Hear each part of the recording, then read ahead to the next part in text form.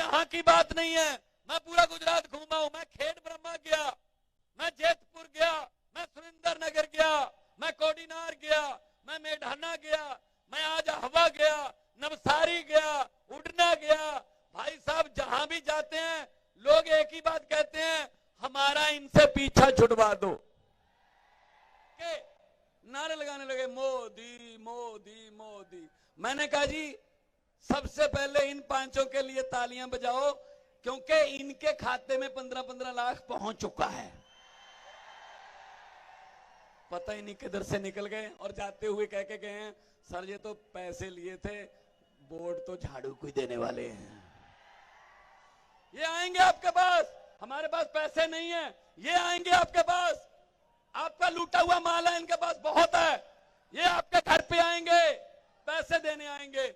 मेरी हाथ जोड़कर बेनती है कतार गांव वालों, अगर ये आए ना पैसे देने, मना मत करना। लक्ष्मी घर पे आए वापस नहीं करते, आप ही का लूटा हुआ माल है। हाँ, पकड़कर पैसे, उसके बाद इनको बोल देना कि हाँ।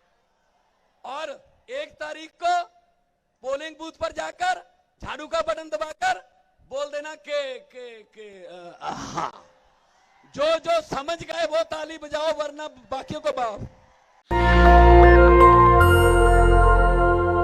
ये इस बात का संकेत है कि 8 तारीख को गुजरात में नई कहानी लिखी जा चुकी है।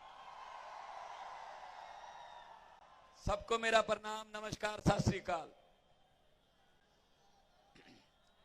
27 साल हो गए, 27 साल पुरानी चक्की जो जनता को पीस रही है, वो महंगाई की चक्की, वो गरीबी की चक्की, वो भ्रष्टाचार की चक्की, वो बेरोजगारी की चक्की, वो पेपर फूटने की चक्की।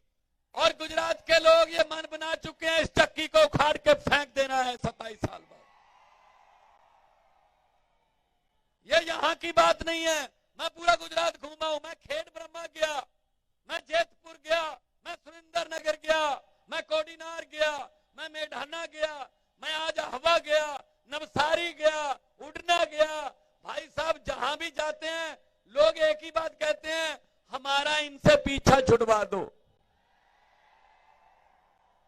और हम भी एक ही बात कहते हैं कि ये काम हमारा नहीं है, आपको खुद को करना पड़ेगा। 1 तारीख को आपको खुद को करना पड़ेगा, कहीं 5 तारीख को, कहीं 1 तारीख को।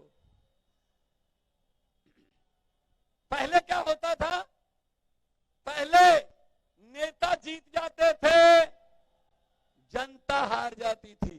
इस बार उल्टा होगा। गुजरात में 8 तारीख को 6.5 करोड़ गुजराती जीतेंगे और नेता हारेंगे। जो अपने आप को समझते हैं कि हमें कोई हरा नहीं सकता, भाई साहब ये जनता है, पब्लिक है, सब जानती है। ये लोग, ये जनता जब चाहे आदमी अर्श पर और वहां जाके भाजपा की तरह अहंकार करे तो लोग कहते हैं आजा बेटा फर्श पर। बड़े बड़े उतारे हैं लोगों ने। जनता बड़ी है, जनता बड़ी है लोकतंत्र में, तो इनको अहंकार हो गया है कि हम कभी हारते ही नहीं है। मैं जब जाता हूं इनके पहाड़ों में, जंगलों में, तो मैं पूछता हूं कि यहां से पहले कौन है एमएलए, कहते भाजपा का है। मैंने कहा जीतने के बाद कितनी बार आया? और दुख की बात यह है सब जगह से यही जवाब मिलता है, जीतने की बात छोड़िए मान साहब, हमारे पास तो वोट मांगने भी नहीं आते। वोट मांगने भी नहीं आते। इतना लावारिस छोड़ रखा है पब्लिक को, इतना लोगों को अपनी किस्मत पर छोड़ रखा है। सब खा गए, स्कूल खा गए, अस्पताल खा गए। और मैं आया था, मैंने कहा गुजरात जाते हैं, गुजरात का मॉडल देखूंगा। भाई साहब हाईवे से नीचे उतर जाओ, 2 किलोमीटर के बाद गुजरात का मॉडल शुरू हो जाता है। सड़कें, मैंने सड़क में खड्डे देखे थे, लेकिन गुजरात आकर खड्डों में सड़क पहली बार देखी है मैंने। और जब हम जाते हैं इनके पास, नौकरी लेने के लिए, कोई सीवरेज करने के लिए, सीवरेज का काम हो, गांव का कोई काम हो, कोई शहर का काम हो, तो कहते हैं खजाना खाली है। भाई साहब खजाना खाली है तो इनसे पूछिए कि जब इनके बच्चों को चेयरमैन बनाना होता है, जब इनके बच्चों को मंत्री बनाना होता है, तब खजाने में पैसे कहां से आ जाते हैं भाई साहब। खजाना खाली है, बात बात पे खजाना खाली है। सब खा गए, स्कूल खा गए, अस्पताल खा गए, सड़कें खा गए, जंगल खा गए, बैंकें खा गए। किसी नदिया के घाट पर, किसी नदिया के घाट पर अगर ये राजनीतिक लोग बस जाते, किसी नदिया के घाट पर अगर ये राजनीतिक लोग बस जाते, तो लोगों के प्यासे होंठ एक बूंद पानी नारे लगाने लगे, मोदी मोदी मोदी। मैंने कहा जी सबसे पहले इन पांचों के लिए तालियां बजाओ, क्योंकि इनके खाते में 15-15 लाख पहुंच चुका है। पता ही नहीं किधर से निकल गए और जाते हुए कह के गए हैं, सर ये तो पैसे लिए थे, वोट तो झाड़ू को ही देने वाले हैं। ये आएंगे आपके पास, हमारे पास पैसे नहीं है, ये आएंगे आपके पास, आपका लूटा हुआ माल है इनके पास बहुत है, ये आपके घर पे आएंगे, पैसे देने आएंगे। मेरी हाथ जोड़कर बेनती है कतारगाम वालों, अगर ये आए ना पैसे देने, मना मत करना। लक्ष्मी घर पे आए वापस नहीं करते, आप ही का लूटा हुआ माल है। हाँ पकड़कर पैसे, उसके बाद इनको बोल देना कि हाँ, और 1 तारीख को पोलिंग बूथ पर जाकर झाड़ू का बटन दबाकर बोल देना कि हाँ। जो समझ गए वो ताली बजाओ, वरना बाकियों को बाप। अरे गोपाल भाई कितना समझदार इलाका है यार, कितना समझदार इलाका है, सब समझ गए। हम इनके घरों पर जाते हैं अपना काम करवाने के लिए, कोई नौकरी लेने जाता है, कोई गली सड़क के लिए जाता है, इनके घरों के, इनके मंत्रियों के घरों के सामने जाते हैं। भाई साहब चाय पानी की बात छोड़ दो, इनके दरवाजे भी नहीं खुलते, गेट नहीं खुलता हम लोगों के लिए। गेट के साथ एक छोटी सी विंडो खिड़की बनाई होती है, उसको खोल के पीए बोल देता है, साहब है नहीं अगले बुधवार को आना। गुजरात वालों अब आपका बदला लेने का टाइम आ गया है। अब ये आपके घरों के दरवाजे खटखटाएंगे, अंदर से कुंडी मत खोलना, अंदर से बोल देना हम भी आज घर पे नहीं है, इलेक्शन के बाद आना। इनको भी पता चले ना, इनको भी पता चले कि किसी दर से खाली वापस आने का दर्द क्या होता है, इनको भी पता चलना चाहिए। तो मैं तो यही कहने आया हूं कि ये बाकी कांग्रेस तो कोमा में चली गई। कांग्रेस की हालत तो 90 साल उस बुजुर्ग जैसी हो गई जिसके घर वालों को डॉक्टर बोल देता है इसमें अब कुछ नहीं है, घर ले जाके सेवा कर लो। कांग्रेस वालों को तो अपने दफ्तर के बाहर लिखना चाहिए, यहां पर जनता द्वारा चुने हुए विधायक सस्ते रेटों पर बिकते हैं। वो तो बेच देते हैं। कांग्रेस को वोट दोगे, अगर वो जीत गया, भाजपा को सबसे पहले वही फोन करेगा, हाँ जी कितने देते हो, आपकी वोट की कीमत डालेंगे ये, उनको वोट मत देना। तो इसलिए मैं कह रहा हूं कि आम आदमी पार्टी नई पार्टी, नया सूरज, ठंडी हवा के झोंके, 8 तारीख को बदल के देखो, सब कुछ बदल जाएगा। एक मौका तो दो ना, एक मौका दोगे तो उसके बाद तो फिर हमारा जिम्मेदारी है ना, उसके बाद जिम्मेदारी हमारी है। और युवा नेता हैं हमारे पास, अल्पेश हैं, और जितने भी कैंडिडेट हैं आप में से निकले हुए हैं, आपके बेटे बेटियां हैं। तो इसीलिए मैं कह रहा हूं कि गोपाल भाई आपके अपने बच्चे हैं।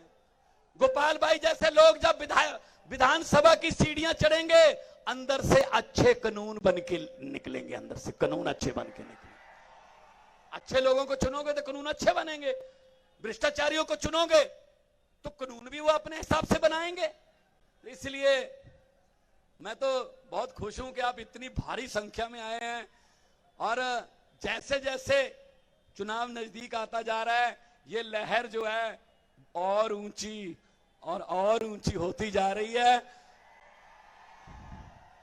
क्योंकि लोगों का डर निकल गया।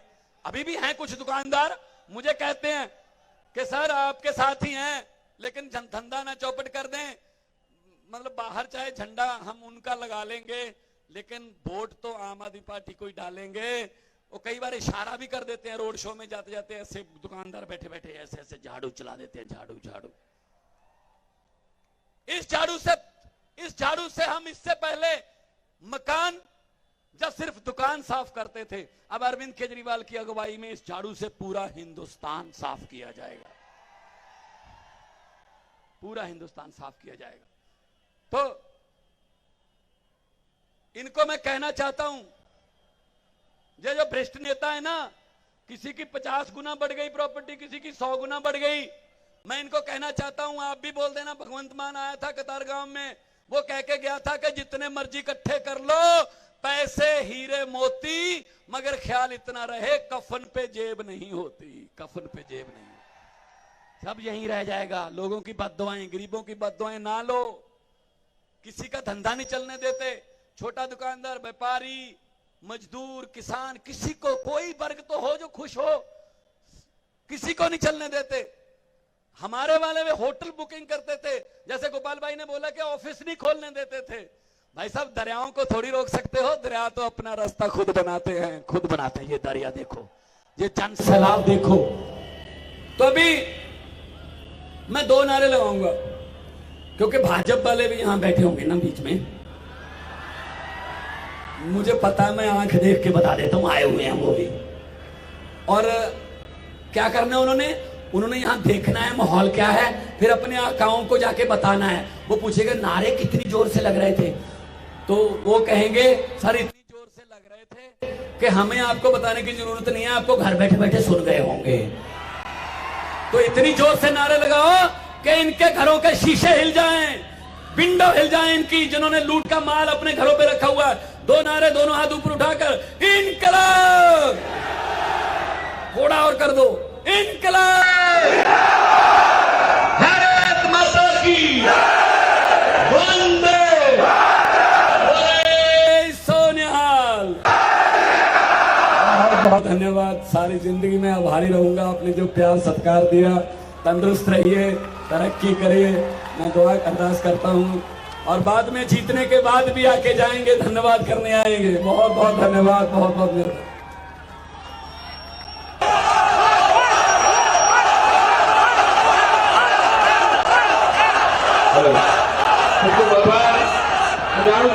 સુરતના ખૂણે ખૂણેથી અહીંયા પધાર્યા છો। સુરતના ખૂણે ખૂણે આપણે એક સંદેશ લઈને જવાનો છે। સુરતના ખૂણે ખૂણેથી તમામ વિધાનસભાઓમાંથી અહીંયા ઉમેદવારો ઉપસ્થિત થયા છે। આપણે એક વખત તેમનો પરિચય કરી લઈએ અને પછી માનનીય શ્રી અરવિંદ કેજરીવાલ સાહેબને સાંભળીએ। આપણે વચ્ચે સુરત ઉત્તર વિધાનસભાના જોશીલા અને પ્રામાણિક યુવા ઉમેદવાર ઉપસ્થિત છે, માનનીય શ્રી મહેન્દ્રભાઈ નાવડિયા। 155 ભારે બહુમતીથી વિજયી બનાવવાના છે। તેમની બાજુમાં नेशनल दस्तक की आपसे गुजारिश है कि अगर इसको बचाना चाहते हैं तो नेशनल दस्तक को सब्सक्राइब करने के लिए रेड कलर के सब्सक्राइब बटन को दबाएं, फिर बेल आइकन की घंटी दबाएं। नेशनल दस्तक को बचाने के लिए बहुत ज़रूरी है कि हर खबर को शेयर करें, लाइक करें, कमेंट जरूर करें।